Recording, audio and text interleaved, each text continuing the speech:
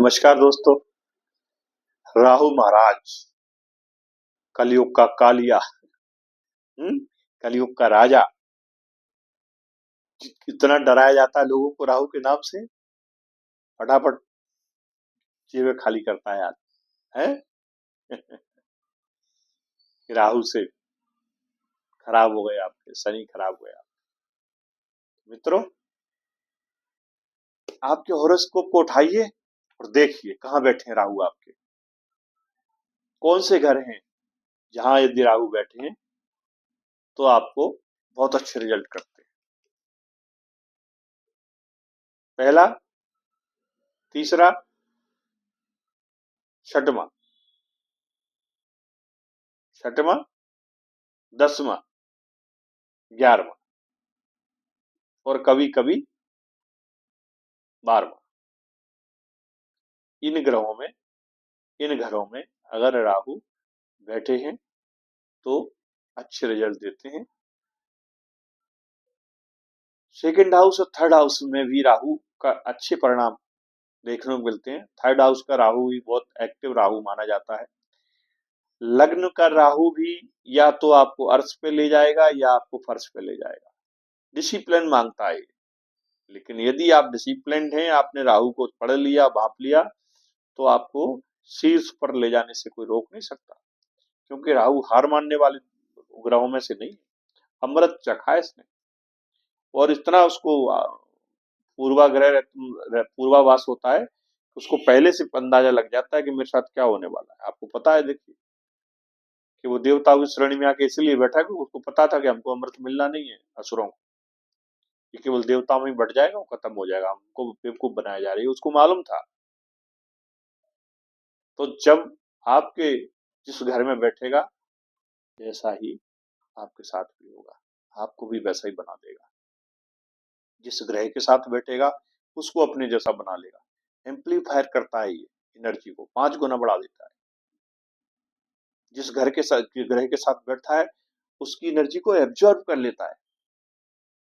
कई बार आपने देखा होगा राहु की महादशा में आपको उससे अगले महादशा स्वामी के परिणाम देखने को मिलते हैं। फॉर एग्जाम्पल, राहु की जो महादशा है उसकी महादशा के बाद जो महादशा आती है वो गुरु की महादशा आती है।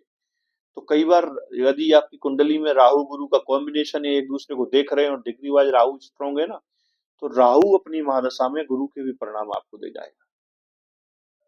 कई बार मैंने लोगों को कहते सुना है कि हमारा तो देखो इतनी गुरु की महादशा चल रही है, सब लोग कहते हैं गुरु की महादशा तो बहुत अच्छी जाती है, इसमें तो आदमी को सब कुछ मिलता है, धन दौलत संतान पत्नी सब कुछ सुख मिलता है, और हमको कुछ भी नहीं मिल रहा, हम व्यापार में लॉस हो रहा है, संतान के मारे हम परेशान हैं, पत्नी के मारे हम परेशान हैं। तो ये कौन करता है? राहु करता है। छठवें घर में यदि राहु बैठा हो आपको जबरदस्त कंपटीशन में फाइट करने वाला बना देता है। शत्रुओं से आप हंता योग बनता है, आपका शत्रु हंता योग।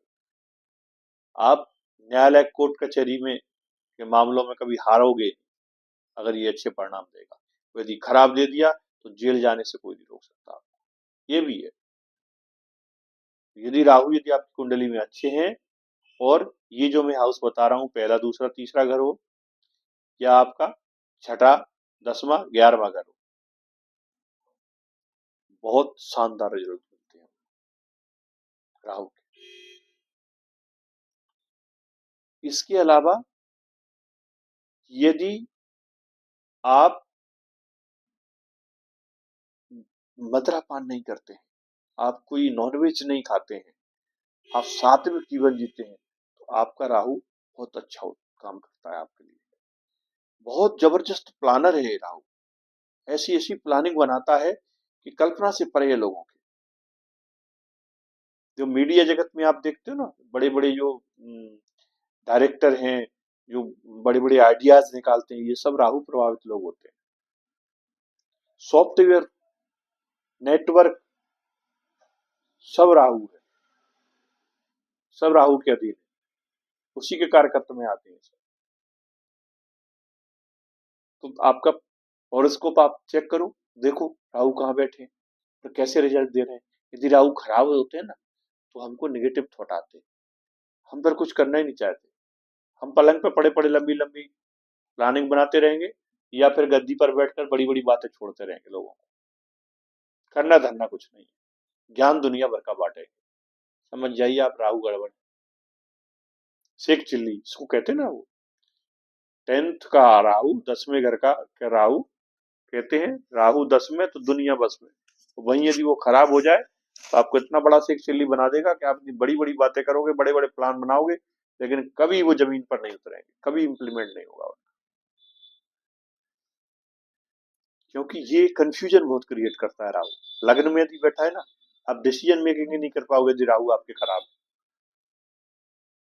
आप कोई भी डिसीजन ले ही नहीं पाओगे। आप छोटे छोटे निर्णयों के लिए अपने अड़ोस पड़ोस के लोगों से पूछोगे कि ये काम मैं कर लूं क्या, ये मैं इसका ऐसा कर लूं तो इससे क्या हो जाए।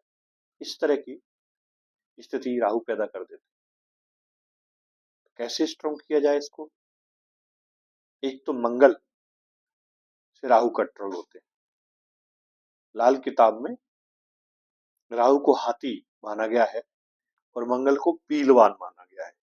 जो अंकुश लेके चलता है ना, डंडी लेके, जिससे वो कंट्रोल राहु करते हैं, उसको अंकुश बोलते हैं। तो ये मंगल को इसकी संज्ञा दी गई। और मंगल के लिए हम किसको पकड़ते हैं? हनुमान जी महाराज को। तो हमें जो है हनुमान जी की सेवा करना चाहिए। विष्णु सहस्त्र नाम का पाठ करके भी राहु को बहुत ठीक किया जा सकता है। सरस्वती पूजा करके भी राहु को ठीक किया जा सकता है। इसके साथ साथ कुछ टोटके हैं, जैसे 7 प्रकार का अनाज है, ये पक्षियों को खिलाइए, चींटियों को आप आटा खिलाइए, काले जो कोयले हैं उनको जल में प्रवाहित करिए, नारियल का उसारा सिर पे करके उसको जल में प्रवाहित करिए, या काजल की डिब्बी को जमीन में गाड़ दीजिए, आपके ऊपर से उसार के बुधवार के दिन या शनिवार के दिन। इसी प्रकार के बहुत सारे बहुतेरे उपाय हैं जो हम राहु के लिए करते हैं। जो हमारे गली मोहल्ले में झाड़ू लगाते हैं, जो लोग आते हैं सफाई कर्मचारी हैं, उनको उनकी सेवा सत्कार कर दो, कुछ उनको दान दक्षिणा दे के जो है राहु को ठीक कर सकते हैं। कंबल है, मिक्स कलर का कंबल, ब्लैक और स्लेटी कलर है, जो चौका चौखाना बना रहता है, उसको लेकर के आप किसी गरीब भिखारी को दान कर दीजिए। मलिन या गंदा सा जो दिखने वाला आदमी हो उसको दे दीजिए, राहु आपके ठीक होते हैं। ये बहुत सारे काम हैं ऐसे राहु को ठीक करने के। इनके मंत्र का जाप करिए, ओम रंग राघवेन, इस मंत्र का जाप कर लीजिए, इससे भी राहु ठीक होते हैं। तो छत, वास्तु के हिसाब से भी देखें तो घर की जो छत है उसको साफ सुथरा रखिए, कबाड़ इकट्ठा मत होने दीजिए।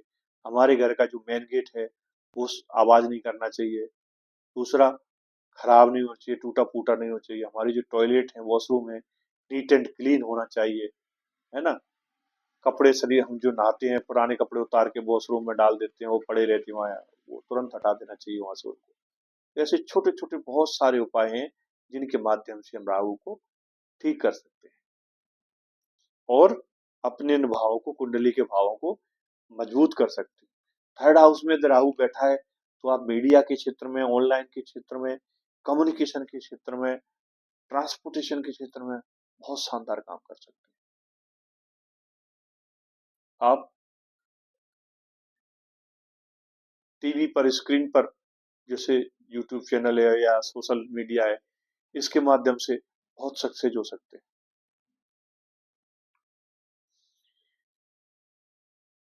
उम्मीद कर दोस्तों, 10th हाउस का राहु बहुत अच्छा लीडरशिप देता है। आप जो कहेंगे लोग सुनेंगे। 11th हाउस में बैठा राहु, बुध के साथ बैठा हो, कहने को तो ये जड़त्व को कहलाता है, लेकिन वाणी इतनी मधुर बना देता है, कितनी बढ़िया शब्द का इस्तेमाल आप रच रच के करते हो कि आदमी सोच के रह जाए कि ये बोल कहाँ से रहा है, कहाँ से इतना ज्ञान इसको आ गया है। तो वाणी को व्यवस्थित करके और चुनिंदा शब्दों का उच्चारण ये राहु कराता है। उम्मीद करता हूं सब्जेक्ट इंटरेस्टेड लगा होगा। लंबा नहीं खींचूंगा, नहीं तो बोरियत हो जाती है। मिलेंगे फिर किसी दिन अगले वीडियो में इस विषय को और विस्तार से। तब तक के लिए नमस्कार, जय हिंद।